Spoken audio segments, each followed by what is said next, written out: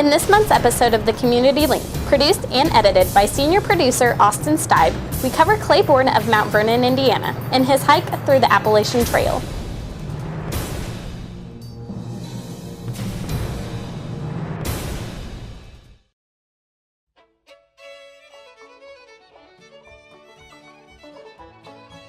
My name's Clay Bourne. I electrician at a Lexan plant in Mount Vernon, Indiana. I worked in Sabic for 34 years, and I retired August in 2016. Been reading a little bit about the Appalachian Trail. I had a family friend that hiked it, I think about 20 years ago, and that kind of got me interested. And as I read over the years, every once in a while I'd get a book out and look through some literature, and then more and more I was really starting to get interested as older I got. And I told a couple of friends that I was thinking about hiking the Appalachian Trail, and they said, "Oh, you're crazy." Well, whatever. So towards the end of my retirement and after I retired, I really decided I was hooked and I wanted to try it. In the fall of 2016, I bought a bunch of equipment and I actually drove out to Utah, looked at the mountains, and I was hooked. I didn't do a lot of camping or hiking. I just tried to put my gear on, take it off. I lived out of my truck and had a great time the week I was by myself, and it really, I was hooked. So I said, okay, I'm going to do this. So I really started researching all the equipment.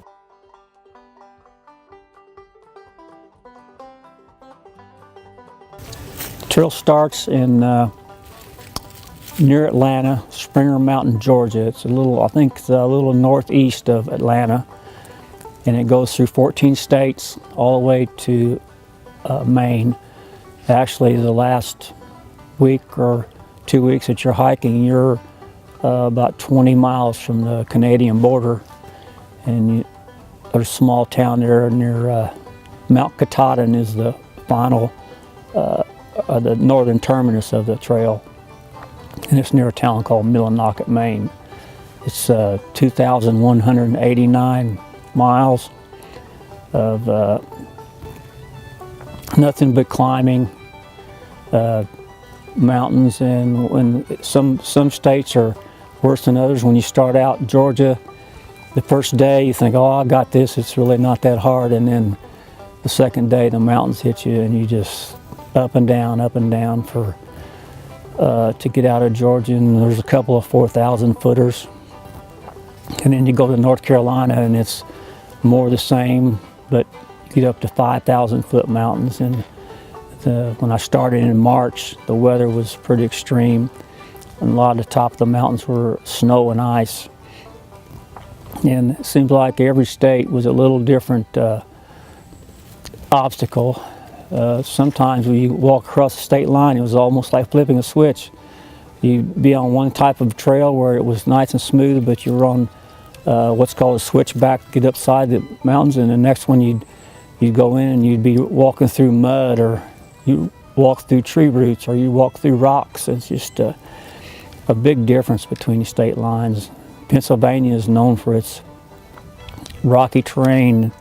There was days where you could almost go for a whole day and you probably wouldn't take 200 full strides because you were tiptoeing across rocks all day long. And it's not as strenuous as some of the mountainous states, but it's just kind of works on your mental game a little bit. You're used to getting a lot of miles and you can't do it there. When you try, that's when you get hurt and you fall, and there's no way to fall, no good place to fall in Pennsylvania other than in the rocks, and you get all cut up and things. But you get to Vermont, a lot of hikers call it Vermud because it's just muddy terrain. Sometimes the mud would be up over your ankles, and the trail, you can't get away from it. So as the day goes on, you just walk right down through the middle of it, and at the end of the day you try to clean yourself up. And then when you get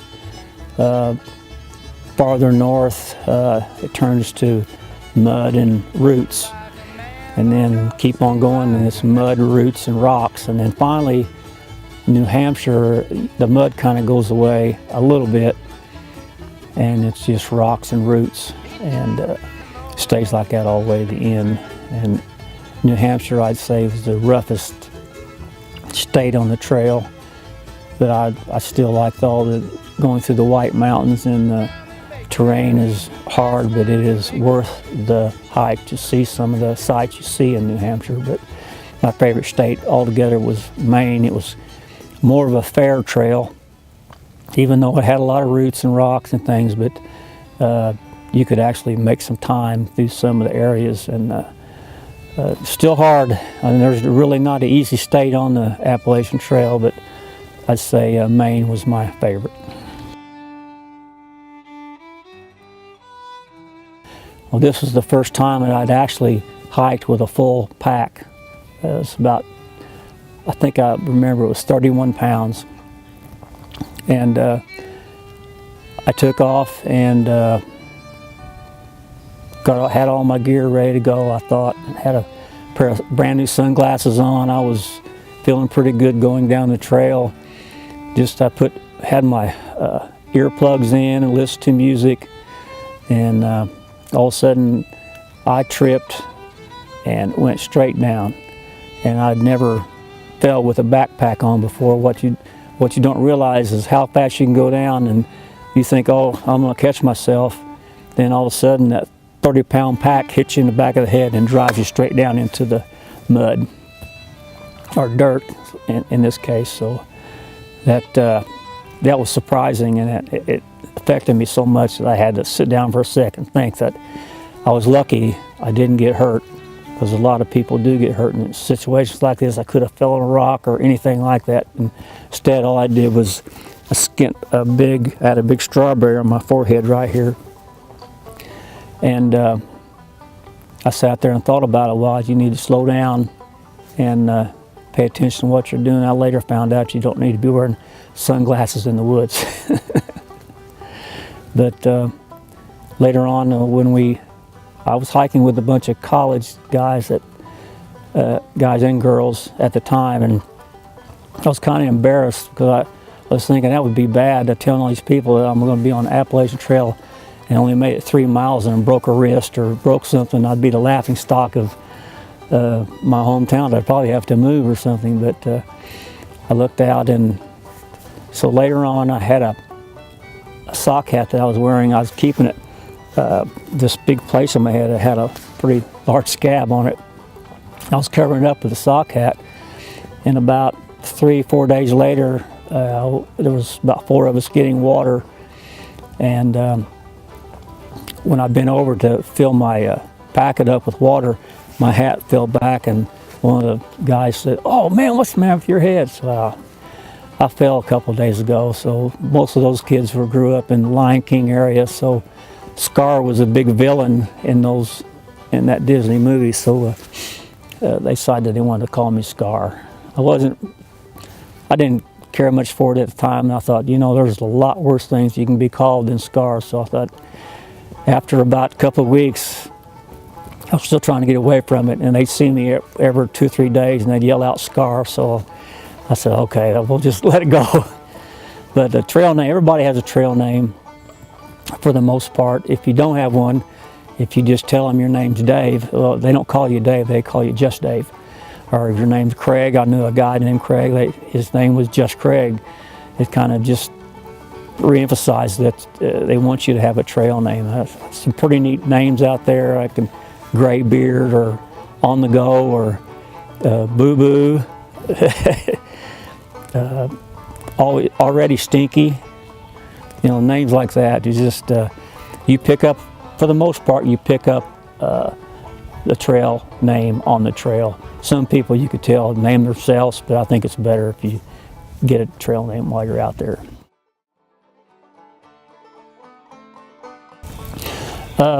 Starting out on the trail, I wasn't in shape, and I think I was with most everybody out there, where we were only doing 6 to 8 miles a day, and just struggling to get that many miles in.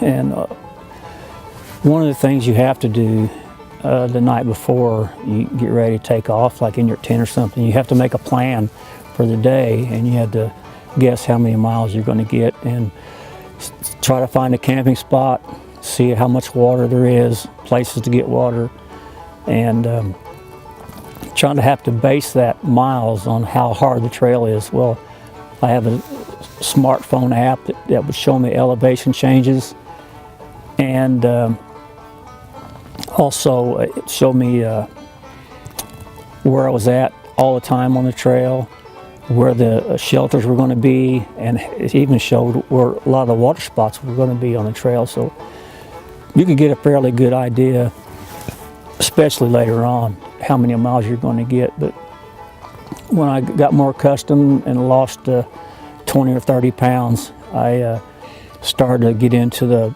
13 to 15 mile a day, and it started warming up, got out of all the snowy conditions, and got up to where I was in Virginia and New York, New Jersey, and going anywhere from 14 to 22. I think I walked 25 miles one day, but that was in pretty easy terrain. Walking through the woods on the trail is 95% of the time you're in woods. They call it the green tunnel. There's not a whole lot to see. You have to keep your head down to keep from tripping over there may be a root that's just sticking up an inch, or maybe one little bitty rock that's sticking up an inch or 2 inches. If you trip on it, you're probably going to go down as fast as you're walking. So when you're walking through the woods, you're really not doing a lot of sightseeing, but it's worth it to come on a rocky outcrop where you can actually walk out, no trees, and you look down over 2,000 or 3,000, 4,000 feet and see the sights. That's what you're out there for. And if you can come up into a place like that, you usually throw your pack down and lean up against the tree and get you a good drink of water and a snack, and hopefully there's somebody there you can talk to. Some days there is, some days there's not, but anytime you can come to a view like that, that's where everybody stops, has lunch, or gets a snack in. When I first entered into the woods in Georgia and North Carolina, I was really surprised. There was no wildlife whatsoever. I couldn't even see birds. And I was going through a lot of the forest fires and things. I guess that was the reason, because I had some guys back home ask me about what was I seeing anything. I said, no, I can see more squirrels in my backyard than what I've seen out here. And for the most part, I hadn't seen a squirrel for about the first 3 weeks that I was in the woods. But when I got up into northern Tennessee and then Virginia, I was picking up a lot of animals. Started seeing turkeys for the first part of most any animals that I've seen, and then when I got into Virginia, bears. I got a good video of a bear that I just walked right by, didn't see him, and as I walked past, I heard something walking. I turned around and couldn't find out I'd walked right by this bear and didn't see him, and he was walking through the woods. So I videoed him, and I saw a few other bears. I'd jump them up and they would take off running, but I think I walked past a lot of them too, because I had my head down and didn't see them. But I know I did, but like a lot of snakes in Virginia. I walked by a pretty big rattlesnake one time. He was laying on a rock, and he was suspended up on this rock about a foot off the ground, and my knee was only about 1.5 feet away when I walked past him. It just didn't, it was on a switchback. A switchback goes back and forth up the mountain, and I followed at the end of it, and I took a straight right and came back. That's when I looked down, and I was already past him almost before I saw, so I pretty well ran out the last 3 or 4 steps, but I did stop to take a picture. But I came up on another rattler. This one here was just sunning on the rock, wasn't bothering anybody. But I did come up on one that was pretty agitated, and he was sitting right in the middle of the trail, rattling, and I was thankful I didn't have my headphones in my ears my earbuds because I wouldn't have hurt him, and I probably would have got nailed. But I walked around him and saw a lot of black snakes, which I actually saw a black snake one time that had killed a small rattlesnake, had him tied up in a knot. I took a picture of it. It's kind of, I didn't know what it was at first. I thought somebody looked like somebody tied a snake in a knot. But a guy that knew a lot about snakes came up behind me, and we sat there for a minute, and we finally figured out what it was. I got a granddaughter that loves chipmunks, so anytime I came up on a little chipmunk or something, I'd stop and take a picture. They're pretty aggressive sometimes, especially if you try to camp under one of the trees that they like to play in. They'll sit there and bark at you the whole time they're setting up camp. It's pretty funny.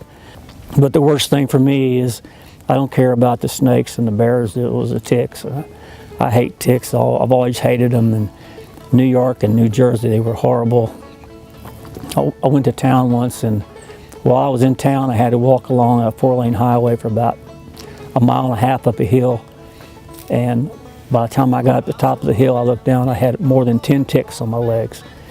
And it bugged me quite a bit. I sat there for a while, made sure I had them all picked off, but it wasn't as bad in the woods as it was right there on that small town in New Jersey. I guess nobody had ever walked through there.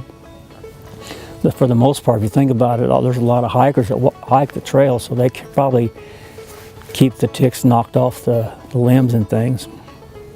I did end up getting sick in New Hampshire. I really didn't know what was wrong with me. I had chills, and I got sick one night pretty bad, and I didn't have any energy. And I talked to a couple of people that knew about Lyme disease, and one guy that had it, and he told me he thought I had it. So I called home. My wife got in touch with my doctor, and they called in some medicine for me, doxycycline, and I took it for basically the last 3 to 4 weeks while I was on the trail, and it seemed to help me quite a bit. When I came back home, I had a test done. They said I was okay. They did the enzyme on my liver. I guess that's how they check it. I'm not sure, but for now I'm okay. But they say Lyme disease will stay with you for a while, so I'm liable to have it checked again here before long.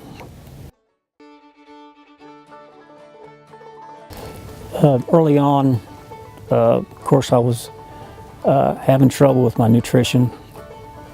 I couldn't get my food right. Seemed like I wasn't as hungry as everybody else, but I do remember one day when I came out into a parking lot. I think I was still in Georgia, but there was a group of ladies and a couple of guys had a table set up, and they were cooking breakfast. And all the through hikers came through, were stopping there. There was a lot of time because early on there's a lot of people that hadn't quit yet. And they were actually serving us breakfast, hot breakfast, eggs and bacon and sausage and about anything you want to get your hands on. So we hadn't had anything like that in 3 or 4 days. That was really good. It's about some of the best breakfast I think I can ever remember. And other days you'd be in the woods and you come out to a road and there might be a guy sitting in a truck with his dog, and you start across the road. He says, "Hey, you thirsty?" "Yeah, come on over here." And he'd pull you out a chair, and he'd give you a soft drink or give you a piece of coffee cake or something like that. One of my best ones was people that take care of the trail. They'll have different associations, like a big club, and they are in charge of that so many miles of that club. They were having a get-together on Sunday, and a guy told me 4 miles up the trail they're having this feed there, and it's also for hikers too. So that's the quickest 4 miles that I had been on in the trail, I could tell you that. Got there, and I made a video where they had a guy playing a banjo, and everybody was sitting in chairs, and they had probably a 3-table long spread of food there. So that's one of my favorite meals I had on the trail. One day I came out to near the road, and I looked in front of me. I love my soft drinks, of course, and I saw a cooler Actually, there's 2 coolers and 2 chairs set up in the woods. Nobody there. And I opened up my one of the coolers, and there was Mountain Dew, and they're iced down, and a chair to sit in. So I sat there and drank a Mountain Dew, and that was amazing. Just small things like that. When you've been out in the woods drinking creek water for 2 or 3 days, something like a Mountain Dew, a cold Mountain Dew out in the woods is that hits you places where you're not used to. You can't believe the people would do that for you. As you're walking day after day, after you get in shape and you get into a routine, it's almost like a way of life every day, where you have to get up and you know what you have to get done that day. And if you don't get your job done, you're going to be out there longer. So it's kind of like a job. But some days when, like say if I had my wife came to visit or a friend came to visit or something, the emotions you go through are, you're elated when you get off the trail, go to a hotel, get cleaned up. But the ride back to the trail is not good, because you have to get back out there and get at it again. I remember some of the drives back was pretty tough. Towards the end, the long miles, the long days, they really get to tiring. And the last month, all I wanted to do was get home. I was tired of hiking, missed my family, missed my grandkids and friends and everything. The way that trail ends is you have to go through a stretch in the 100-mile wilderness, and it's no towns, no place to get off. You have to carry about 2.5 times as much food as you usually do, because there's no place to get food, but you're almost home. And it's kind of a mixed bag. You're happy. The trail turns back hard for the first half of it, and there's a couple of places where you get up on there's a couple of mountain ranges you get up on, you can actually see the finish line after you've been hiking for 5 miles and 5 months and about 10 days. I could see the finish line. So I was quite elated going through there, and then start meeting some of the people and seeing them on the trail. You know you're never going to see them again. It's kind of sad. Went through kind of a little bit of a sad couple of days there, because some of the guys I'd kind of got to know pretty well. Yeah. So you hiked the whole AT, and you started in Georgia. What day did you start? March 9th. March 9th. Came all this way, and tomorrow will be our last day. All of us is going to summit Katahdin in the morning. Yes, sir. And how do you feel about that so far? I'm just glad it's over. I'm ready to go home. Wonderful adventure, saw a lot, and enjoyed myself, but it's time to get back home and see my grandkids. What did you like most about this thing? Just the beauty of the country. I didn't realize that there was this many mountains on the East Coast, and it was beautiful. Yeah. All right. Well, thank you very much. Yep. See you on the trail tomorrow. All righty. The last night before you summit to finish, there's a regulation at that park where they can only take 12 people to camp, and so you have to time it just right to get in there, or you have to get back off the mountain. So there was 11 of us the last day. A couple of them were section hikers for the most part. All of them were through hikers. So I've been hiking with most all of them the whole time. Well, not the whole time, but quite alongside. They were friends already, and just to get up to that sign and climb that. It's the hardest mountain on the trail. It's called Mount Katahdin. And once you get up there and just touch that sign, it's I can't describe the elation you have, just to be able to actually got on my phone, call my wife and call my mom, and I'm done, I'm coming home. And you heard that song, Mama, I'm coming home. That's what I told them. That I had a really good day. The weather was great, and all I could think about was getting down off that mountain and getting some food, and never having to hike that many days in a row again, because it was a long run of just thinking about how many more miles I had to go and how many more times I had to sleep in my tent. As I was going through the 100-mile wilderness, I was knocking that stuff off. Last time in my tent, you know, and things like that. It was quite fun. It was an exhilarating experience, but I was sure glad it was over when I got done. I was very nervous about him going out by himself. Doing the hike probably didn't bother me near as much if he would have had someone with him, but being alone made me very worried.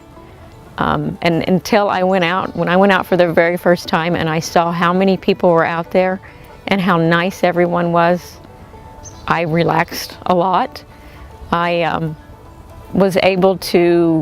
were able to talk on the phone almost every day, which was unexpected. We didn't think we would have that good a cell service, and I had told him, I said, if you can just text me in the morning and text me in the evening, let me know you're okay. I said, I'll be fine. So he was gone for a week, and he was close enough to home that I could get out there, and I said, I'm coming. I wanted to come see him. I missed him, and I just needed to see for myself that he was okay. And like I said, when I got out there for the first time and just saw how nice people were and how close the trail was to towns, made me feel a lot better. One particular trip that I went out to, his brother and sister-in-law and I went together, and I think that was the hardest. It wasn't the hardest time. The hardest was the first time when I came home and cried almost all the way home. He didn't know that. But whenever we were coming back, it was very hard to leave him. And so we got to talking on the way home, and I said, let's do something where we can get the family involved, because they couldn't all go visit him. And we decided to order t-shirts. We thought we could order a t-shirt because every time Clay and I would talk about how good things were going, it's Team Bourne. Team Bourne was taking care of everything. So we were going to get these shirts, and we got hold of all the family members and what size everybody needed. Well, after we got to talking about it, it kind of grew with other friends, and I ended up ordering about 300 t-shirts overall for friends and family, and it wasn't a fundraiser. It was just for him to know how much everybody at Mount Vernon was supporting him, and we're so proud of him. The emotion that I felt, he had to feel 10 times more, and I'm just so glad that I got to experience part of it with him. And it's because I'm not a hiker, little hiker, but not like he is. I'm not a camper. I wouldn't go outside and do those kind of things, and just that he did it is just such an amazing accomplishment.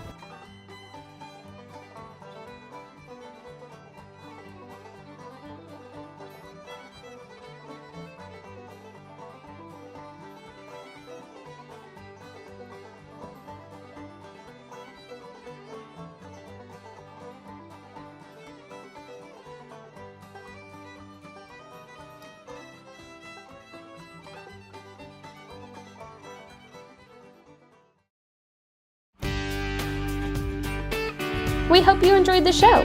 Tune in next month for a new episode of Bosse High School's EVSC Community Link.